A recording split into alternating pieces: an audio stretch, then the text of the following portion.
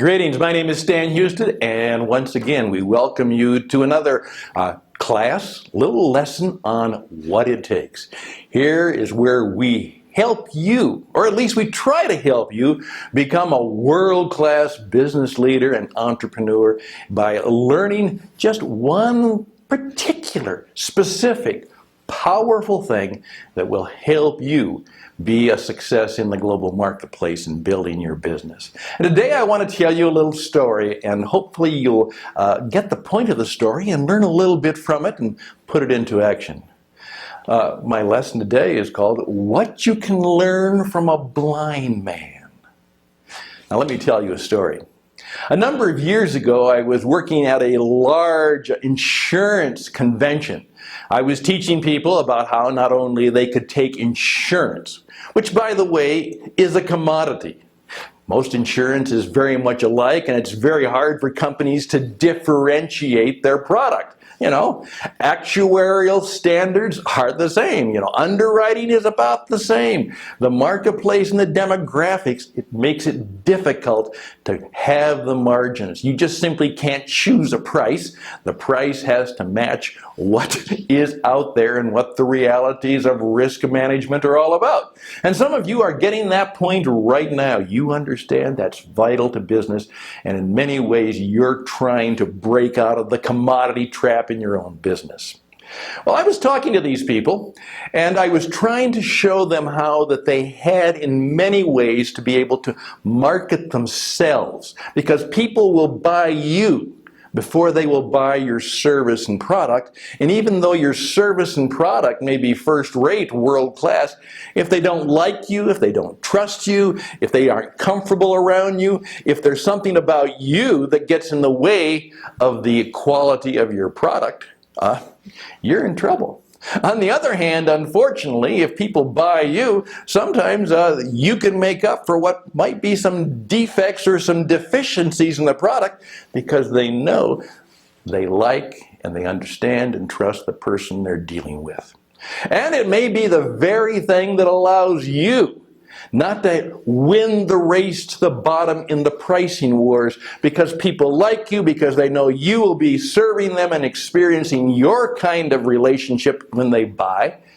You might get a premium price out of that product.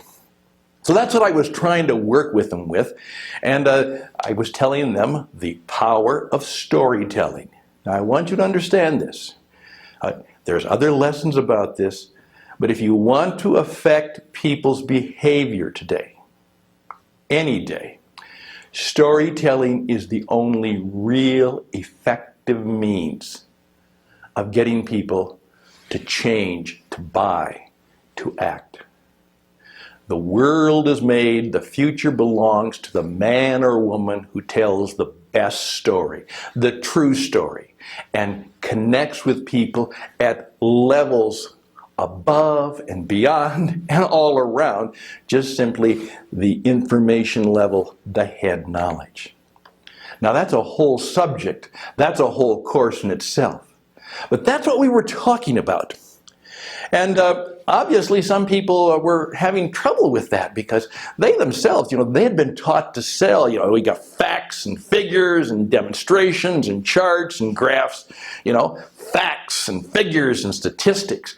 That's what convinces people that they need to buy your product or engage you for the service you provide. Well, as I was doing this, all of a sudden, toward the end, just as we were beginning the Q&A, a gentleman from the back of the room raised his hand and said, "Stan, with your permission, I'd like to address the audience." I said, "Sure."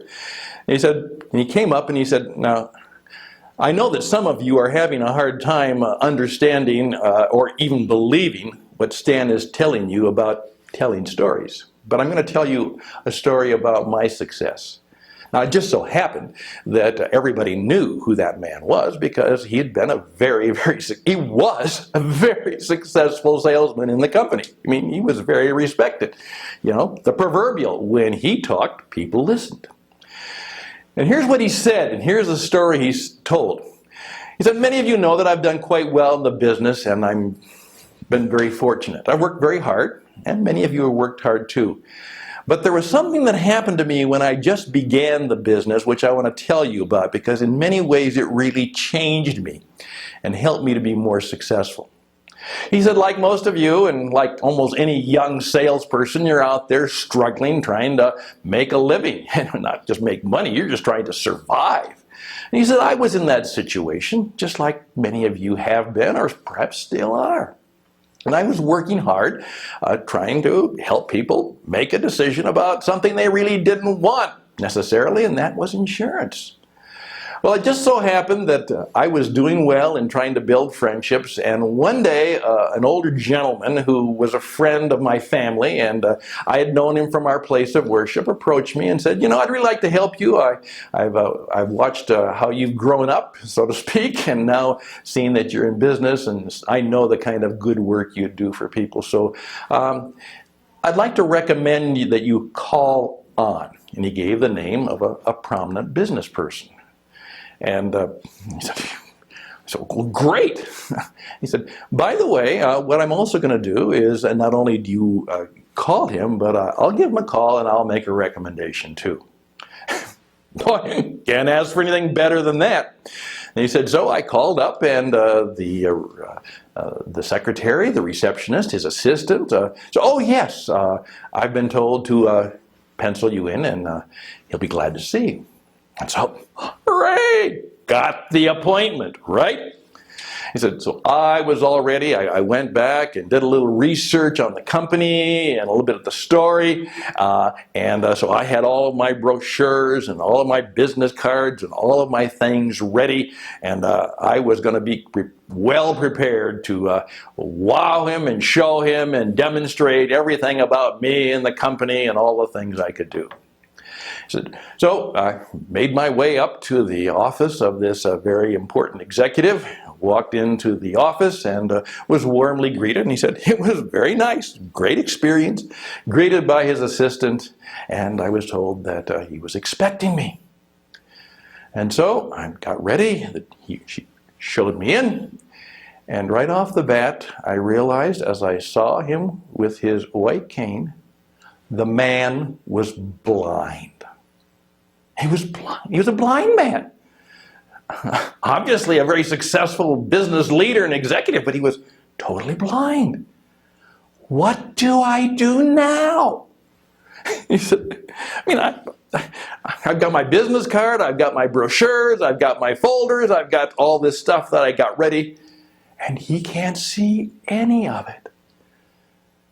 He said, obviously, I just about panicked, and I didn't know what to do. So I just sat down and briefly introduced myself. I simply said, you know, you're an amazing man. I've heard a lot about you, and of course your business. Would you tell me a little bit about your business and how you've been able to be so successful? He said, what happened is I then slowed down. I found, and maybe it's because we tend to react that way, I tried to be very present to him. I simply started to ask him a few questions. I tried to keep my answers from his questions short and sharp and to the point. And guess what? Before I knew it, he had said, well, young man, I really have enjoyed this time together. And he said, what are you recommending that I do or that I consider? And he said, and then without any charts, obviously, I simply kind of gasped, and as quickly and confidently and as well as I could, I made a simple recommendation. He said, I'd like to do that. I'd like to think more about that. He said, I'm going to have my assistant, she'll speak to my financial planner and my attorney, and let's arrange a conversation and see if perhaps you can be somebody who could be one of the guides in my life. And particularly, I want to introduce you to my children, because they're about your age, and perhaps you could be helpful and useful to them. And he said, obviously, it changed me. He said, one of my first major sales was to a blind man who couldn't read or see any of the stuff, all of that paper and all of those brochures and all that stuff we give and put in front of people.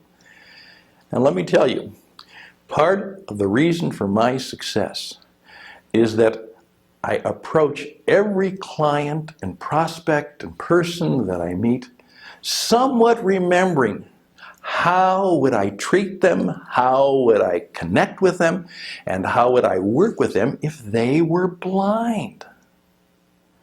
And he said, guess what? I've discovered that Stan Hustad is right. The more stories you can tell and the questions you can ask, the better it will go for you. That was his story. Now, I was smart enough to say, in the words of a master teacher, let him who has ears, let him hear. He had made the point in a vivid and powerful way. And by the way, he had simply made the point by telling the story. Now, here's my lesson for you. Is as you are thinking about the way you are going to try and influence people today, how you're going to try and sell them, get them to buy. In effect, we're always trying to get people to buy us, buy our ideas, buy our products, do what we hope that they will do that will be beneficial to them and certainly beneficial to us. What could you learn from the story of how would you treat, how would you work, what if your approach was guided by the fact that perhaps they can hear, but they cannot see? Would you be very present? How would you respond to that situation like that man did, who then used that simple story of selling to a blind man as one of the guides to his success in life? So, just a thought, as I often used to say on late night radio, just let that sit on your head for a while. But perhaps you can think right now, what might it take? Or could it take that I could be better at what I do if I would think about the story of how a successful business leader made the sale and built a relationship with a blind man? That might be just a good idea for figuring out what it takes to make it in the global marketplace today. I'm Stan Hustad for What It Takes, and hopefully we'll see you back. Bye for now.